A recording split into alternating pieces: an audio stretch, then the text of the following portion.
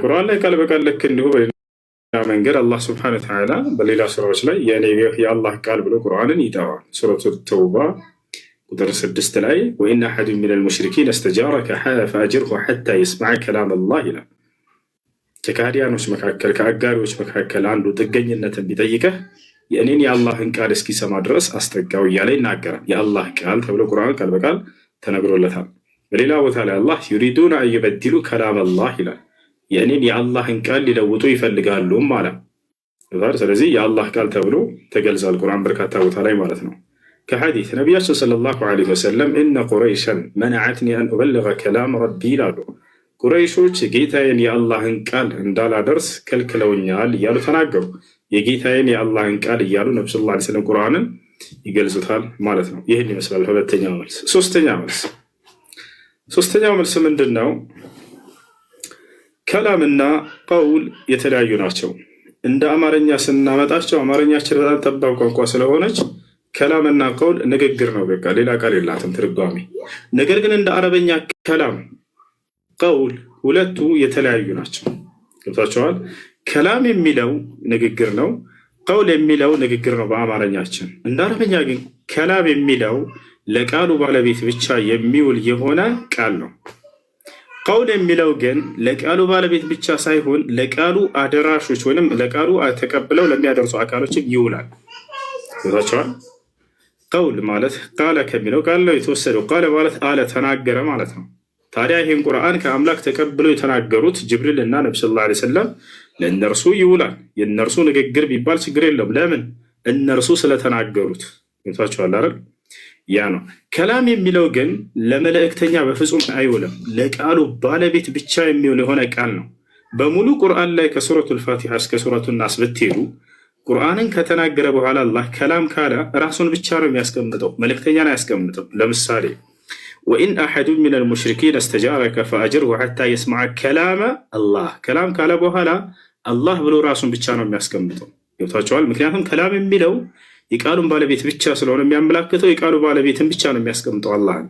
በሌላ ቦታ ላይ ዩሪዱነ አን ዩበድሉ ከላመ አላህ አያቸው አይደለ? ቁል ለው ካነ አልበሕሩ ሚዳደን ሊከሊማቲ ረቢ። ከላም ካለ በኋላ አላህ ስብሐነሁ ወተዓላ ብቻ ነው የሚመጣው። ይሄ ነው። እሺ ጥያቄ አለ? ይቀጥል።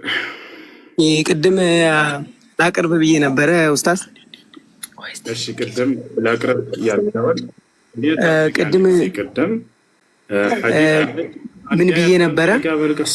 ቀስ በል ያልከውን አንዴ ልድገምልህና እሱን ልታሳየን ነው። አይ ሌላ ነው። ሱራ ቡሃሪው ተሳስቼዋለሁ።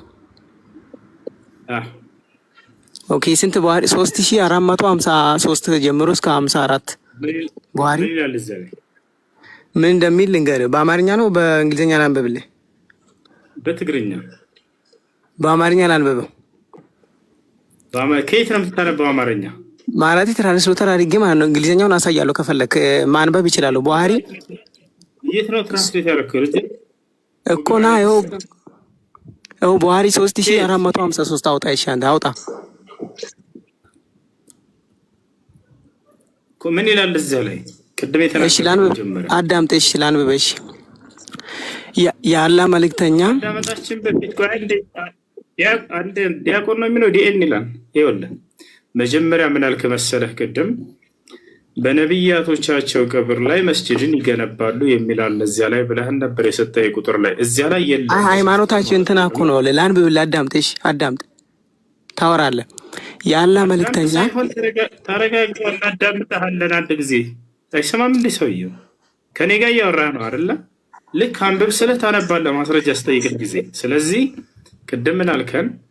በነቢያቶቻቸው ቀብር ላይ መስጅድን ይሰራሉ፣ ይገነባሉ። ቤተክርስቲያንን ነው አልኩ። ቤተክርስቲያን እሺ፣ ቤተክርስቲያን እንደዚህ ብለህ የሰጠህን ቁጥር የአምልኮ ቦታዎችን ማለት ነው። እዚያ ቦታ የሰጠህን ሐዲስ ላይ እንደሱ የሚል አለ። 3453 አውጣ። እሺ ቡሃሪ 3453 ቅድም የሰጠህን ሐዲስ ላይ ግን የለም። ተሳስተሃል። እሱ ላይ አይደለም ተሳስቻለሁ። በቃ እኮ መጀመሪያ ተሳስቻለሁ። የአሁኑ ላይ ምን የሚል ነው ያለው? ንገረን። ላንብብልህ ንገረን እና ከዚያ በኋላ እናነባለን። ችግር የለም። ምን የሚል ነው ያለው? እርጉማን አይሁዶችና ክርስቲያኖች አለ ላይ ይሁን። ምክንያቱም በነቢያት መቃብር ላይ የአምልኮ ቦታዎችን ስለሚገነቡ እርግማን እየረገመን ነው። እርግማን ማለት ምን ማለት ነው እኮ? ለአንብብልህ ቆይ ከመጀመሪያው አዳምጥ አሁን። ስለዚህ የትኛው ነቢይ ነው እኛ ቤተክርስቲያን ይሰራል? አነበብክልን እኮ። አላነበብኩም። ያላ መልእክተኛ አዳምጠሽ በሞት አፋፍ ላይ ፊቱ ላይ አንሶላ አደረጉለት አለ። ሲሞቅም ከቀሚሱ ላይ ያወጣው ነበር። በዚህ ሁኔታ ውስጥ እያሉ ወረቀቱ አዳምጥ ልጨርስ። አዳምጥ ይላል። እንደዚህ ብሎ ጤነኛ አይደለም እንዴ? ከኔ ጋር መታሃል አይደለ? በስነ ስርዓት አውራ። ትልቁ ላይ ላድርግህና ሐዲሱን ከፍተህ እንድታነብልን ነው። እሺ ና ያው ትልቁ ላይ ክፈት፣ ሐዲሱን ክፈት፣ ከፍተህ አንብብልን። እያየ ነው። ጤነኛ አይደለም እንዴ? ይከፍታል ይችላል። ስልክ ስጥ፣ አንድ ጊዜ ከጎን ያለው ስታሺ አስታ ምን ይላል? ክፈት። ምን ያለ ወደ አማራ ጉግል ላይ ተርጉሙ ነው። ይኸው እንግሊዝኛውን ላሳያችሁ። እንግሊዝኛውን አንዳንድ ቡሃሪ 3453 አታዩትም? መውላችሁ ከስር ያላችሁ ታዘቡ። ምን ይላል? የአላህ መልእክተኛ አለ በሞት አፋፍ ላይ አዳምጥ። ጉግል በትክክል አይተረጉምልህም። ቆይ ተረጋጋ። ዝም በል። አንብብና ሐዲሱን አስረዳና። አንብብና አስረዳ። ሂድ አንተ ጭንቅላ ከአላህ ተሻል። ቢያንስ አላህ ይሳደባል ዲዳ እያለ ዝም ብለህ አዳምጥ። ሁለተኛ ይሄን ልጅ እዚህ ቤት አድሚኖች እንዳታስገቡት። በቃ ምንም የተባለው የለም። ጎግል አሳስቶ ነው የሚተረጉምላችሁ እናንተንም ዲያቆኖቻችሁንም። ስለዚህ ሐዲሱን አውጣውና አንብብና ተርጉምልን የተባለው። በቃ ይሄን ማድረግ ሳይችል ጊዜ አላህን ተሳድቦ ሄደ። ማስረጃ ያላችሁ ዝም ብለው ነው የሚሞሏቸው እያልኳችሁ።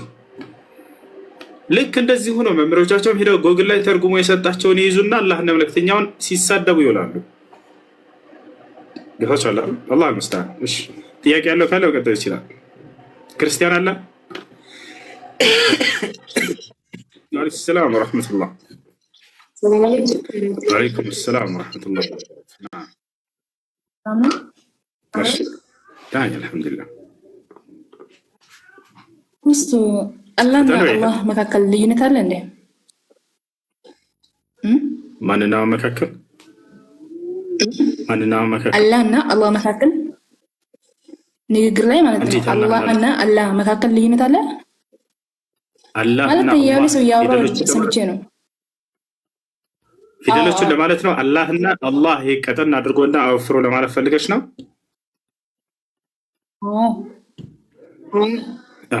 እሺ መነበብ ያለበት ለፈል ጀላላ መወፈር አለበት። ላም እዚህ ቦታ ላይ አላህ ተብሎ መወፈር አለበት። ይሄ ያ ነው። እሺ ትርጉሙን የሚቀይር ነገር ነው ወይ? ትርጉሙን አይቀይርም። እንደው ከአረበኛ ፊደላትና ከማንበብ ስርዓት እንደዚያ መሆን ስላለበት ነው። አላህ ለፍል ጀላላ ላም እዚህ ቦታ ላይ መወፈር አለበት። በቁርአን ላይ በምናገኘው ጊዜ አላህ የሚለው ቃል ለሁለት ይከፈላል። አንደኛ የሚወፍርበት ጊዜ አለ አላህ የሚለው ቃል፣ ሁለተኛ የሚቀጥንበት ጊዜ አለ። አላህ ከሚለው ቃል በፊት የሚወፍረው መቼ ነው፣ የሚቀጥነው መቼ ነው የሚለው ልንገራችሁ። አላህ ከሚለው ቃል በፊት ያለችዋ ፊደል በኪስራ የተሐረከች ከሆነች የዛኔ አላህ የሚለው ይቀጥናል። ልብ በሉ ምን አልኩኝ? አላህ ከሚለው ቃል በፊት ቀድማ ያለችዋ ፊደል በኪስራ የተሐረከች ከሆነች የዛኔ አላህ የሚለው ይቀጥናል። ለምሳሌ ቢስሚላሂ አላህ የምትለዋ አለች። ቢስሚላሂ ከአላህ ከምትለዋ በፊት ያለችዋ ፊደል ማነች? ሚም ነች። በምንድን ነው የተሐረከችው? በኪስራ ነው። ስለዚህ አላህ የሚለው ይቀጥናል። ቢስሚላሂ ራሕማን ራሒም እንጂ ቢስሚላሂ ብለን አላህ የሚለውን አናወፍረውም። ምክንያቱም ከእርሱ በፊት ያለችዋ ፊደል በኪስራ የተሐረከች ከሆነች የዛኔ አላህ የሚለው ይቀጥናል። በተቃራኒ ልክ እንዲሁ አንዴ ልጨርስልሽ። በተቃራኒ ልክ እንዲሁ ደግሞ አላህ ከሚለው ቃል በፊት ያለው ፊደል በፈትሐና በضማ የተሐረከ ከሆነ የዛኔ አላህ የሚለው ይወፍራል። ለምሳሌ ኢነላህ ወመላኢከተሁ። ኢነላህ አላህ ከሚለው በፊት ያለው ፊደል ማን ነው? ኑን ነው። በምን የተሐረከ ነው? በፈትሐ የተሐረከ ነው። ስለዚህ ኢነላህ ነው የምንለው፣ ኢነላሃ አንልም። ኢነላሃ ብለን አናገር ነው።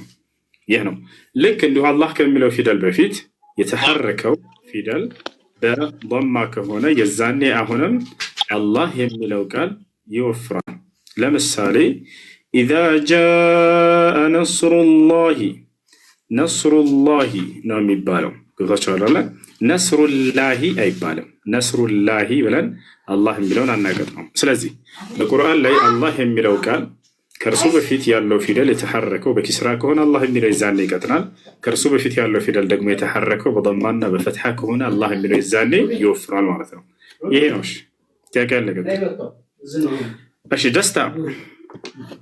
እሺ ሴት ልጅ ማለት ነው። ሴት ልጅ ምን የዚህ ዓለም ውድ ነገር ተብላለች። ሴት ልጅ ነብዩ ሰለላሁ ዐለይሂ ወሰለም እሺ ሽቶ ተቀብታ መውጣት ነው። ሽቶ ተቀብታ ከቤት መውጣት። እሺ ሴት ልጅ ሽቶ ተቀብታ ከቤት መውጣት የሚለው በፍጹም አይቻልም ወይ? እኮ ልመልስልሽ፣ አዳምጪ ሸጊቱ። ሴት ልጅ ሙሉ በሙሉ ሽቶ መቀባት አትችልም የሚል ትምህርት የለንም። ሴት ልጅ ሽቶ መቀባት ትችላለች። ነገር ግን ለማንና የት ትቀባለች የሚለውን በደንብ አድርጋ ታውቃለች። ባዕድ ወንዶችን ፈተና ላይ ለመጣል ብላ የምትቀባ አይደለችም ሴት ልጅ። ነገር ግን መቼና የት ለማን የሚለውን በደንብ አድርጋ ታውቃለች። የት ነው ከተባለ በቤቷ ትቀባለች። ለማን ከተባለ አላህ ለፈቀደላት ለሐላል ባሏ ለእርሱ ታቸዋል አይደለ? ያ ነው ቤት ውስጥ ትቀባለች። ሴቶች ብቻ ያሉበት ቦታ ከሆነ ችግር የለውም። ነገር ግን ባዕድ ወንዶች ፈተና ላይ እንዳይወድቁ ሲባል እርሷንም ለእርሱም ወደ ጥፋት እንዳይሄዱ ሴት ልጅ የውበት መገለጫዋን ተቀባብታና ውባ ምናምን በባዕድ ወንዶች ሰው በሚሄድ ላይ ለመጣል ይሄ አይቻልም፣ አይፈቀድም።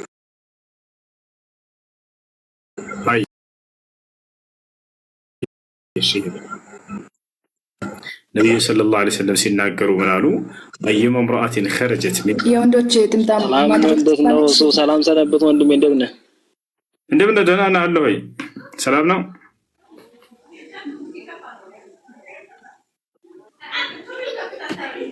ደስታ ደስታ። እሺ ጥያቄ አለ? ይቀጥል። ወይ ሰላም ነው? እንዴት ነህ? ደህና ነኝ አልሐምዱሊላህ። እንዴት ነህ? ጥያቄ አለ? ጥያቄ አለ ወይ? እሺ ሰላም እንዴት ነው? አይሰማም? ለኔ ድምፅ ይሰማል? ይሰማል። ጥያቄ ምንድን ነው? እግዚአብሔር ይመስገን። አይ ጥያቄ እንኳን የለም። አዳምጥና ትንሽ አሁን ስለገባው ብዙ ሰዓት አይሽ ጥያቄ እንኳን ትንሽ ልቆይና አዳምጥና ጠይቃለሁ። ችግር የለም። እንዴት ነው? ሰላም ሰነበት ለማለት ነው። እናመሰግናለን። እሺ